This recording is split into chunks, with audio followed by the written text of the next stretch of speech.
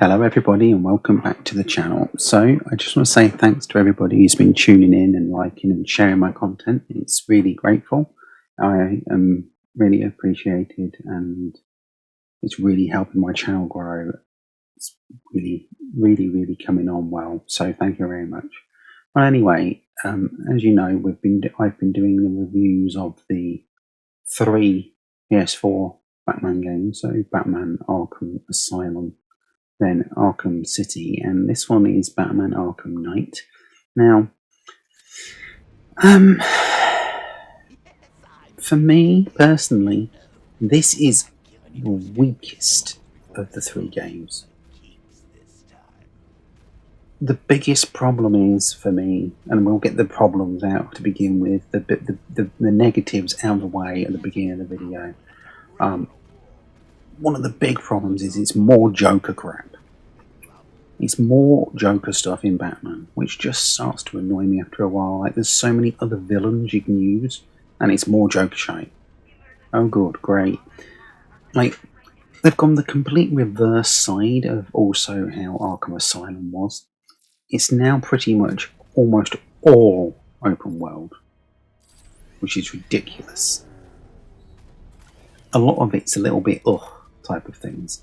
All of the missions and all of the stuff that you do with the Batmobile seem just bolted on, like, for the sake of it. It's like you can turn your Batmobile into a tank. It just has so much nonsense around you in the Batmobile in the open world type of realm that it just starts to become tedious and boring and like type of thing. I have to level with everybody. I didn't actually finish the game. I've played, I think I'm about 80% through the storyline. The story is pretty dull in places. The gameplay is much of the same as the last 2 games. A lot of the actual combat and action sequences and such is very much similar to the last 2 games. It's just the story is slow. A lot of the missions are very much nothing, very lacking in general, and it just has a very nothingness to it.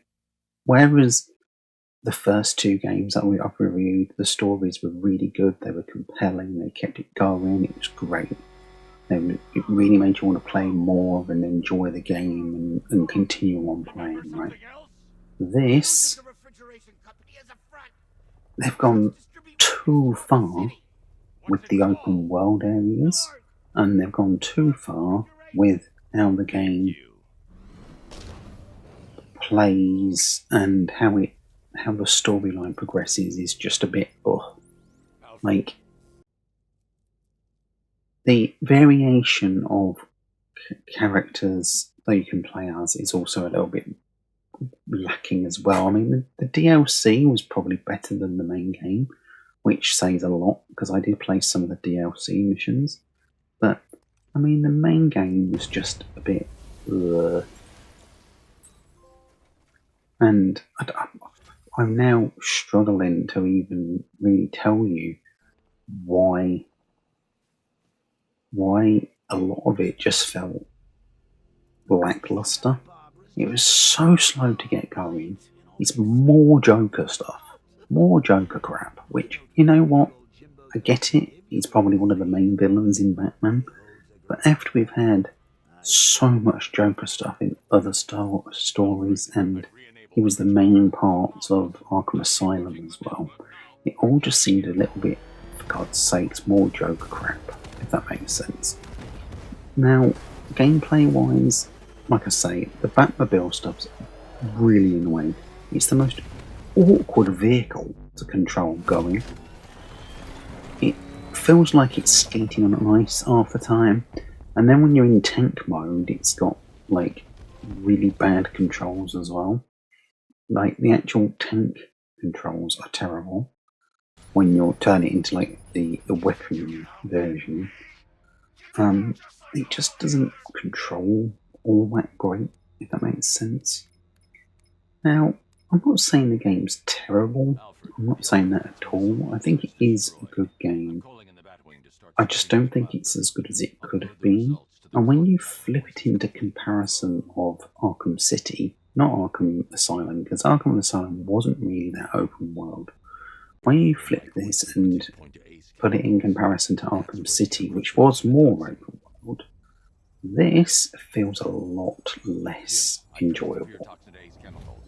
There's the amount of these AR challenges that are in the game. I think there's over 500 AR challenges, which is just ridiculous, because like after you've done a few, it's like, well, these are boring. Like, they really do get tedious and boring. Like, there's no other way around of saying it. Like, it just doesn't. I mean, graphically, it looks good. It's a pretty game, but I don't really care if it looks nice if the story's a bit boring and the gameplay is monotonous and dull after a while, and it just doesn't have the same kick as those first two did. Like, the annoyance for me was the actual controller combat had been changed from Arkham Asylum and Arkham City, whereas those two games, the controller layout and how you play the game was pretty much identical. They've changed the way in which the game plays altogether. Like, the actual combat's different and the way you play it's different in the controller, and you can tell straight away, and it's more clunky and more fiddly and more overly annoying to play, if that makes sense. Now, some of the good parts about the game, because there is some good parts about the game, is it's Batman. They have put in the Batmobile. There is a storyline which is wildly interesting. It's not buggy. There's no bugs really in it. It plays pretty much fine. There's an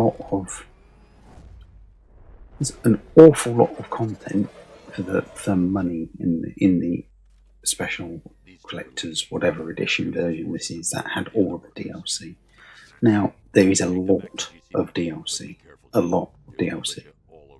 I believe there's 13 DLC trophy packs, not just. And I think each one has I think there's 130 trophies or something stupid. And I think there's only 50 in the main game. So there's about 60, 70, 80 odd that are DLC trophies. There's a lot of DLC, and with the What's It version, complete edition or whatever, you get all of it. Now, value for money wise, pretty spot on. Now, would I recommend it? Yeah, for a cheap enough price, you might as well, but do be warned that it gets a little bit repetitive, and it's probably the weakest of these three Batman games, I would say. I would say the best one of the three is Arkham City. I believe that one was the better game of the three. This one, for me, was probably the weaker one. Probably the more polished and graphically nicer looking one, but story and gameplay wise, not so much. And